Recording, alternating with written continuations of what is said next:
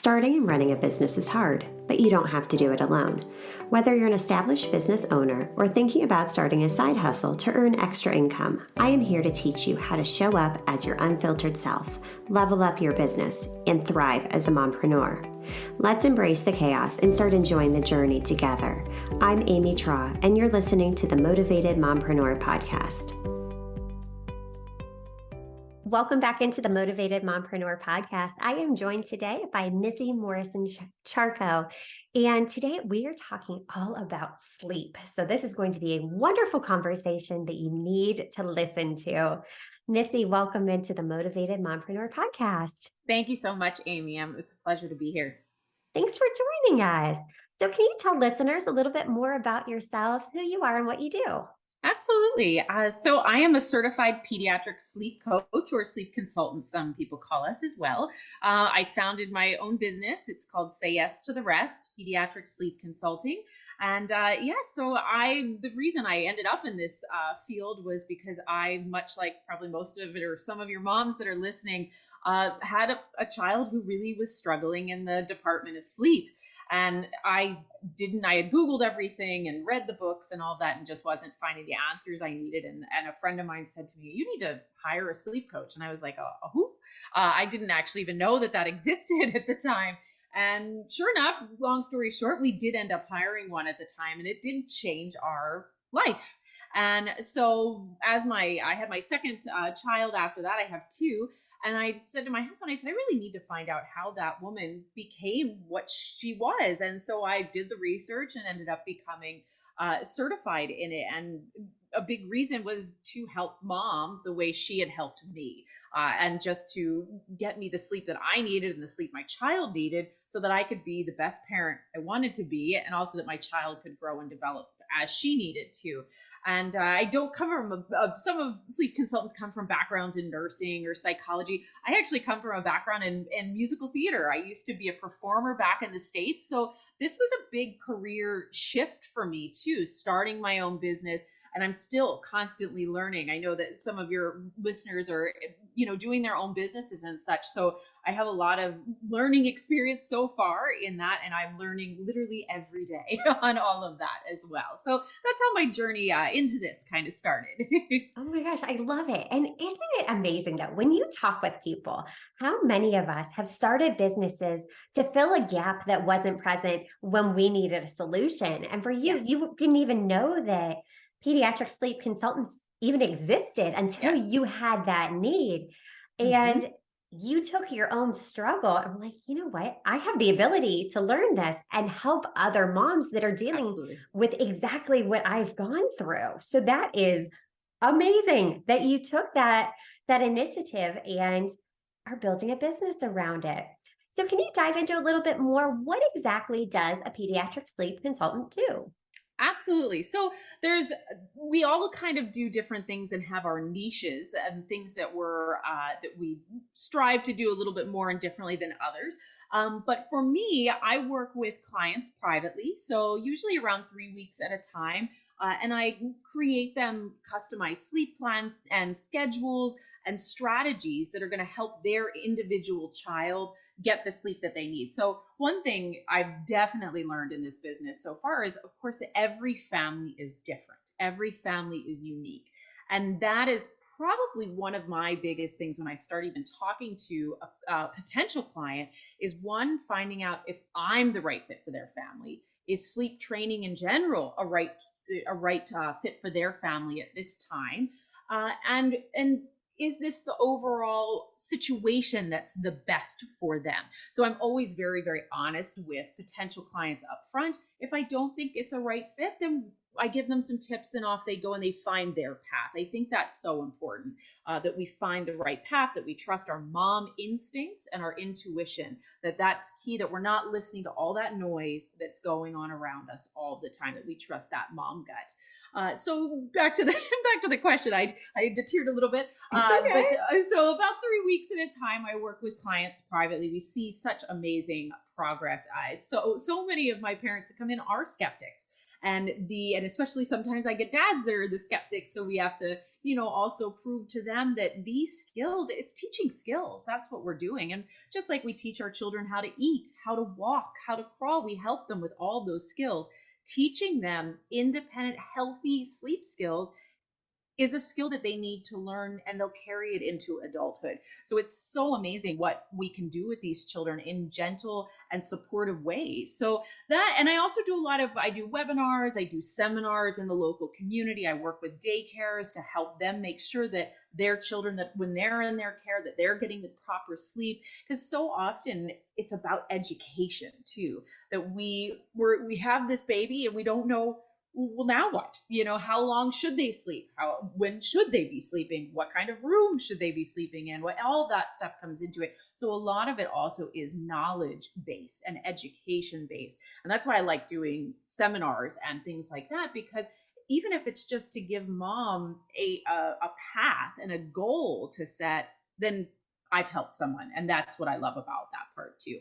Oh my gosh, that's awesome. And I love how you talked about that it's not necessarily one size fits all. It's a Yes. very individualized program because each child is different. I look at my own kids, and I had my kid that slept from 6 weeks on, and I had my kid that didn't sleep until she was a year. It's just Absolutely. that we're all wired differently. But I love that you take it from teaching them a skill. I love how you kind of reframe that because, yes, it is a skill.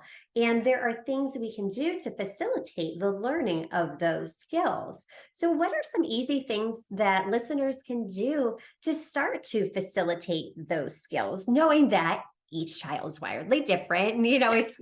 you're going to have to take different approaches, but just in a general overview. Absolutely. So when, especially if a parent is struggling or mom is struggling with their child's sleep, there's a few kind of, I'll call them cornerstone things that we need to look at that can be really helpful in getting them started on that path to those healthy sleep skills. So the first one I always look at and talk to moms about is the environment.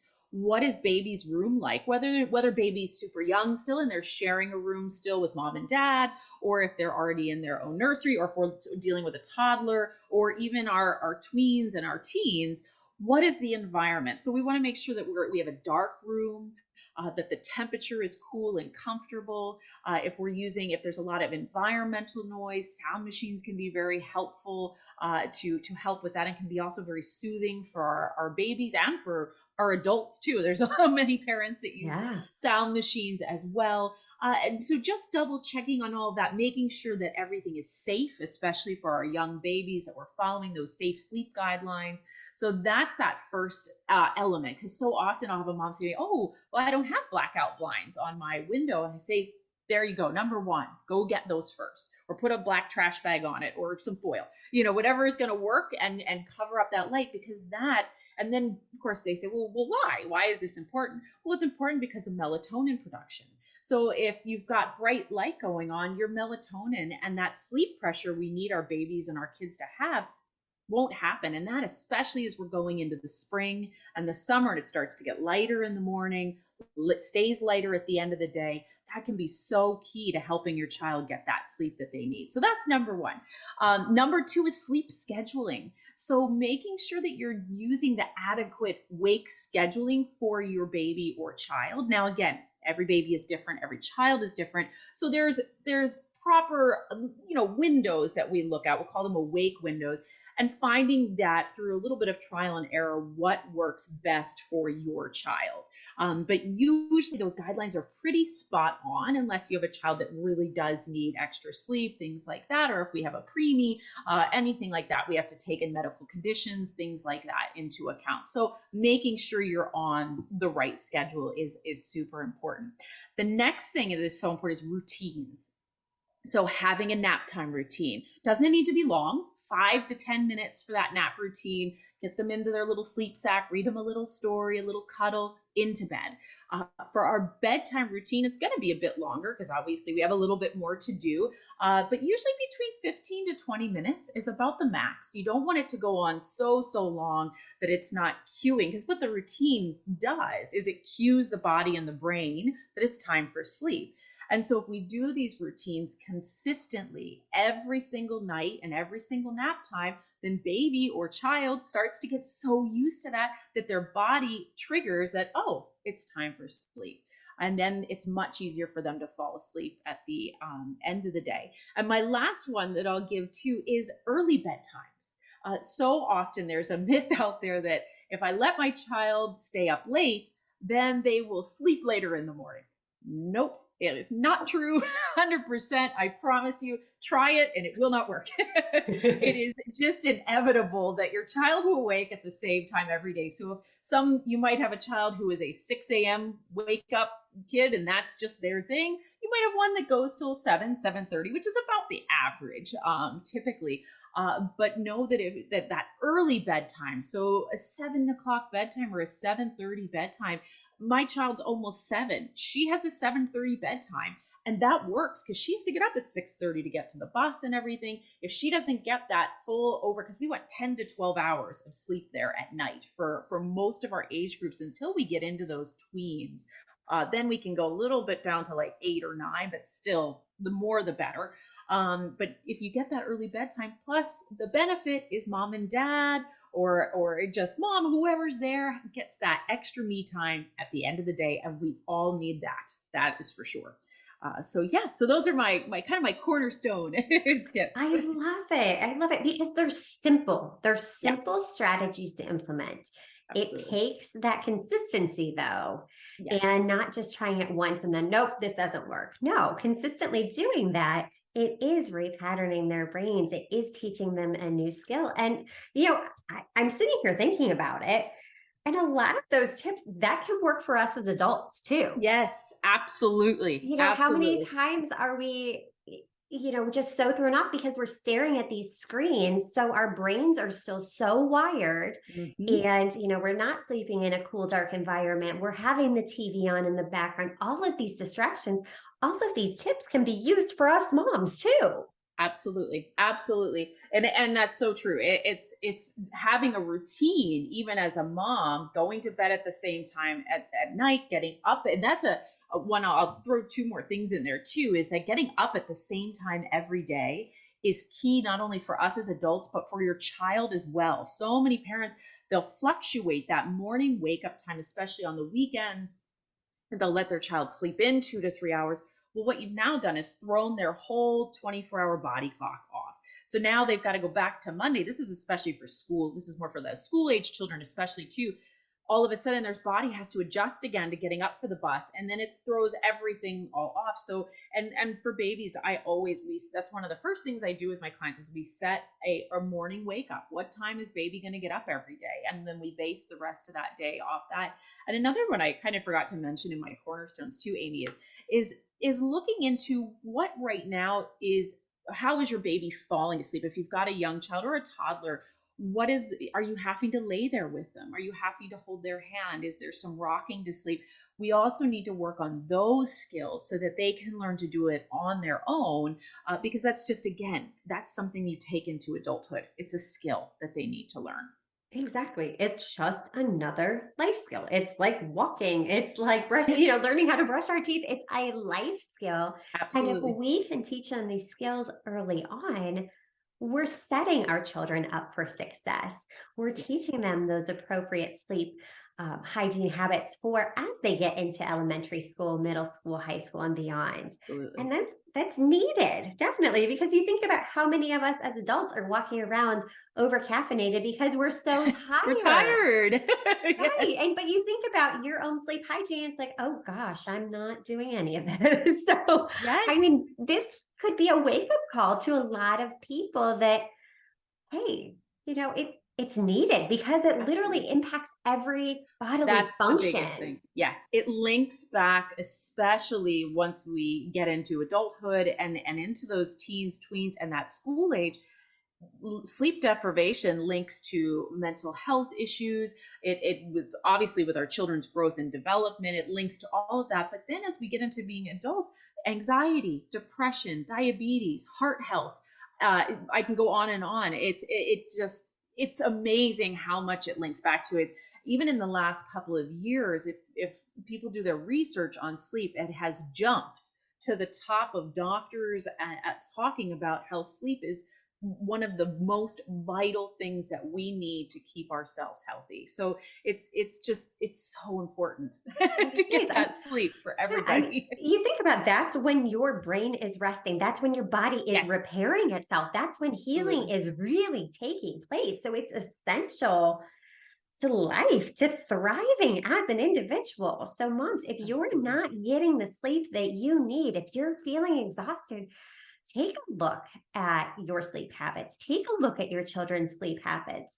Start to develop new habits because, again, these are skills and skills Yes. can be learned. Yes. So, Missy, thank you so much. This was very valuable for our listeners. Absolutely. Where can we learn more about you? Oh boy, yes, lots of places. So, number one, I have a website. It's www.sayyestotherest.com.